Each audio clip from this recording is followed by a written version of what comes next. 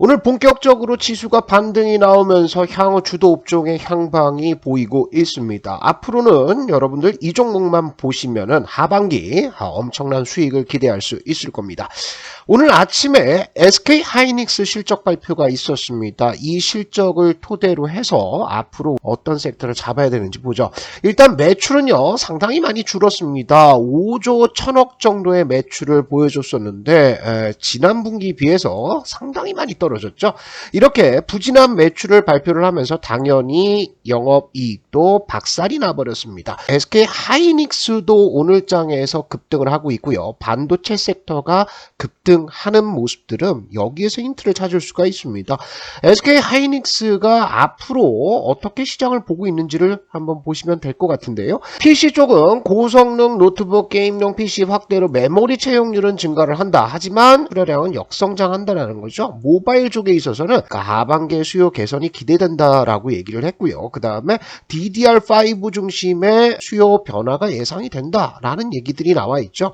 그 이유는 챗 GPT와 같은 생성형 AI 기술 개발로 인해서 이 경쟁이 치열해지며 고용량 모듈 수요가 크게 증가할 것이라고 예상을 하고 있는 상태입니다. D램 쪽에 있어서는요, 2분기에 1분기 감소분을 초과하는 두 자릿수 QOQ 증가가 예상이 된다 그랬죠. 그럼 바닥은 어디라는 거예요? 1분기에서 2분기 사이 어디에서든 바닥이 나온다라는 겁니다. 낸드 쪽도 역시나 마찬가지죠. SK 하이닉스는 자체적으로 1분기에서 2분기 어느 지점에서는 반도체 업황의 바닥이 잡힌다라고 생각을 하고 있는 겁니다.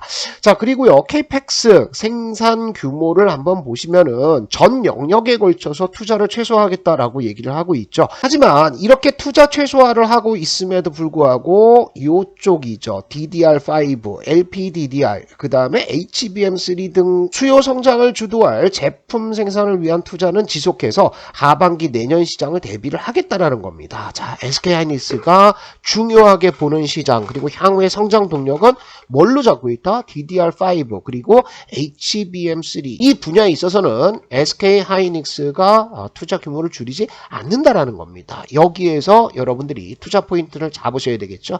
DDR5 관련주 먼저 한번 살펴볼게요. 이전에도 한번 정리를 좀 해드렸었는데 기판 쪽이 수혜를 받을 전망이고요. 그 다음에 여러 가지 테스트 장비들 또 테스트 소켓들이 있고요. 그 다음에 후공정 장비 쪽도 수혜를 받을 수가 있습니다. 오늘 시장에서 반등이 크게 나오는 것들은 이쪽 DDR5와 관련된 종목들 그리고 장비 업체들이죠. EUV는 좀 쉬고 있는 상태예요. 오늘 전체적으로 기판 종목들이 이제 급등이 나오는 이유가 이렇게 DDR5 관련 이슈라고 보시면 되겠죠. 그래서 이 종목들은요, 강한주식연구소 어플에 게시판에다가 이렇게 올려놨습니다. 여기에 보시면 후공정 업체들부터 시작해서 반도체 업종에 대한 정리된 자료들을 다운받을 수가 있습니다. 링크를 댓글에다가도 걸어놨고요. 영상의 설명란에도 걸어놨으니까 누구든 편하게 다운로드를 받을 수 있다. 종목들 하나씩 살펴보도록 하겠습니다. 자, 지수 흐름을 먼저 안 볼 수는 없습니다. 제가 코스닥 시장 빠진다, 이렇게 별 반등 없이 빠지는 거 좋다라고 말씀을 드렸고, 제가 어제 시황글에서도 820에서 830의 밴드라인 여기에서 반전이 나올 것이다 라고 말씀드렸는데, 어제장에서 아래꼬리 다는 게 그거고요. 오늘도 반등 나오는 것들이 요 맥점에서 지금 나오고 있다. 하지만 코스닥 시장이 여기서 V자로 땡길 수 있습니까? 이전처럼 이렇게 V자로 땡기지 못합니다. 왜냐하면 지금의 이 조정은요, 여러 가지가 좀 겹쳐 있는 거죠. 첫 번째는 주가 조작입니다. 성광, 삼천리, 대성홀딩스를 비롯해서 이 B2 종목들 요것에 대한 조사가 이어지고 있고요. 3일 연속해서 하한가를 가고 있는데 하한가 더 갈 거예요. 지금 이 물량을 받아줄 수 있는 매수 주체가 없다라는 겁니다. 그래서 요것 때문에 상당히 좀 부담이 되는 상황이고요. 두 번째는 금융당국에서 배터리 관련주들을 콕 집어서 지금 주가 조작 조사한다라는 얘기를 하고 있죠. 이것은 뭐 여러 가지 이제 뒷말이 있습니다. 지금 증권사의 포지션을 보면요, 반도체는 롱을 잡고 있는 상황인 있는 것 같고요. 그 다음에 배터리 쪽은 숏을 잡고 있는 것으로 보입니다. 그런데 배터리 관련주들이 원체 많이 급등을 하니까요. 여기서 손실이 굉장히 많이 났는데 이를 두고 뭐 음모론처럼 로비를 통해서 지금 금융당국이 움직였다라고 얘기를 하고 있는 사람들도 있죠. 삼성증권 비롯해서요. 하나, 대투라든지 아니면 주요 증권사들이 배터리 관련주들 에코프로를 비롯해서 양극재, 신용 매수를 금지를 시켜버렸습니다. 투자자를 보호한다고 하는데 이 종목들의 신용 잔고는 1%에서 많이 올라가 봐야 3% 정도밖에 안 되는 거죠. 그래서 이해할 수 없는 정책들이 지금 나오고 있는데 이렇게 지수를 급등시켰던 주도 업종 배터리가 쉰다라고 했을 때는 얘가 V자로 못 당깁니다. 그렇다면 이 구간에서 일정 부분 박스권 흐름을 보이면서 좀 옆으로 기든지 아니면 살짝 아래로 내려오는 조정들이 이어지다가 추세 상승으로 돌아설 가능성들이 있다는 거죠. 그러면 여러분들은 지금 공격적으로 들어가기보다는 좀 선별적으로 다음 주도 섹터들을 잡아간다라고 보시면 될 것 같고요. 그 주도 섹터는 아마 반도체가 될 가능성들이 많습니다. 자, 기판 종목들 하나씩 보자고요. TLB 같은 경우에는 이렇게 진행이 됩니다. 요게 1번이 나왔죠. 하락 나와서 역회된 숄더를 만들면서 2번이 나왔고요. 그리고 여기에서 3번 수렴하는 과정을 거친 이후에 볼린저 밴드 돌파가 4번 나왔고 여기서 5번 나왔고 6번 나왔어요. 그죠? 그리고 나서 주가가 이제 죽어버렸는데 여기에서 몇 번입니까? 이거는 7번이죠. 그래서 7번이 나오면 기본적으로 얘가 어디 간다? 전고점대까지 간다는 거예요. 그래서 이 흐름들을 한번 보시면 될 것 같고 여기를 돌파했을 때는 어디? 전고점대. 여기 구간까지도 한번 볼 수 있는 겁니다. 자, 심텍과 대덕전자 애증의 종목들이죠. 작년부터 시작해서 아주 긴 하락을 보여주고 있는데 TLB보다요 심텍과 대덕전자는 약간 더 약한 상황입니다. TLB 같은 경우에는 200일선을 수렴하든지 아니면 돌파 시도들이 나오고 있죠. 기울기도 상방 쪽입니다. 그런데 심텍은 어떻죠? 이제 하방에서 옆으로 기고 있는 상황. 그래서 이것을 돌려 세우고 여기를 돌파해서 안착하는 구간까지는 시간이 좀 더 필요한 상황이죠. 그래서 심텍과 대덕전자 같은 경우에는 요 200일선 위로 올라가는 흐름들을 보고 투자해도 늦지 않다라고 보시면 될 것 같고요.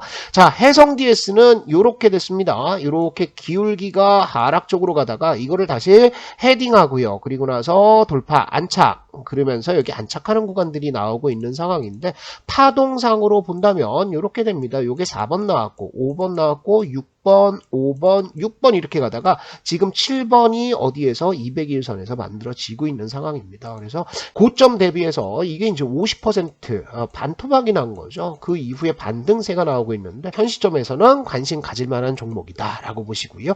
코리아 서키트, 심텍, 대덕전자와 마찬가지로 아직 200일선 제압을 못했죠. 그리고 매수세도 상당히 많이 이렇게 감소하는 모습을 보입니다. 그래서 코리아 서키트는 대규모 거래량이 터진 이후에 관심을 가진다라고 보시면 될 것 같습니다.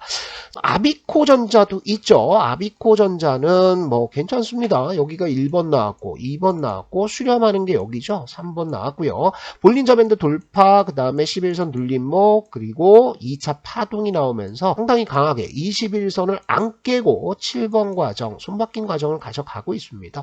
주봉상으로 본다면 아비코전자는 이 하락 추세대를 돌파를 했죠. 그리고 작년 말에 나왔던 저항대를 돌파해서 안착하는 구간들 그래서 이렇게 상승 추세대가 하나 만들어지고 있는 상황입니다. 그래서 아비코전자도 관심권에 두고 전고점대 한번 노려본다 이렇게 보시면 되겠죠. 자, 이제 테스트 쪽으로 넘어가면요. TSE는 바닥권입니다. 그래서 앞으로 성장성들을 보면서 모아가는 것들은 가능하지만 이게 단기에 돌파하고 안착하고 슈팅을 내기는 좀 어렵다. 하지만 분명히 TSE도 실적은 2분기부터 바닥이 잡히기 시작을 할 거예요. 주봉상에서 본다면 요게 1번이 나오죠. 계속 하락을 합니다. 그죠? 21선이 저항이 됐는데 10월 달부터 바닥을 잡고 원바닥, 투바닥, 쓰리바닥이 나오면서 볼린저 밴드를 어떻게 한다? 지금 수렴시켜놨죠. 그래서 3번이 나오고 있는 겁니다.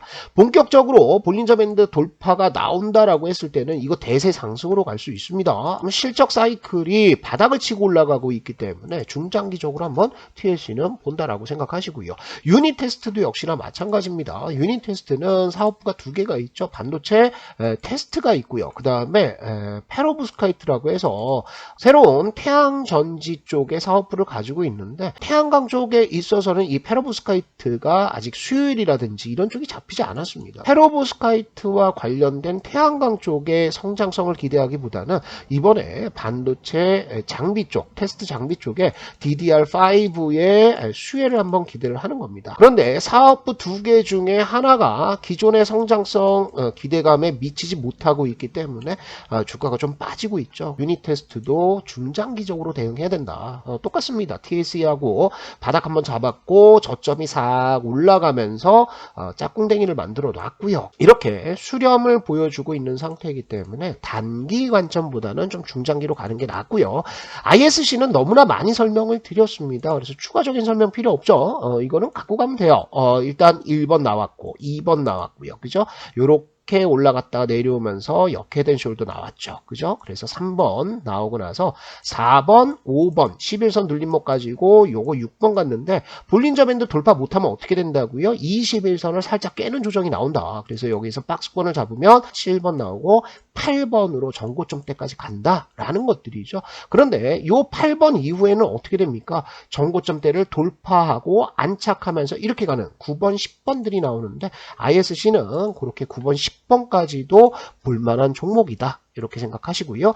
테크윙, 유닛 테스트나 TSE보다는 낮습니다. 200일선 돌파 나왔고요. 안착하는 구간 200일선을 이미 이렇게 횡보로 돌려놓고 있는 상황이죠. 거래량도 조금 늘어나는 모습을 보여주고 있고 그래서 테스트 장비 업체들 중에서는 테크윙과 ISC가 훨씬 낫다라고 보시고요. 자, 요 DI는 어떻습니까? DI는 우리 강한주식연구소의 추천주로서 어디에서 나갔죠? 여기에서 나갔어요. 완전 급등을 했다라는 거죠. 여러분들 제가 잠깐 말씀을 드리면 이 강한주식연구소 어플의 종목들 상당히 급등을 많이 합니다. 급등 나온 종목들 보시면은 요런 자리죠. 요 4번 자리에서 말씀을 드린 애들이 아진산업이 몇 프로 급등했습니까?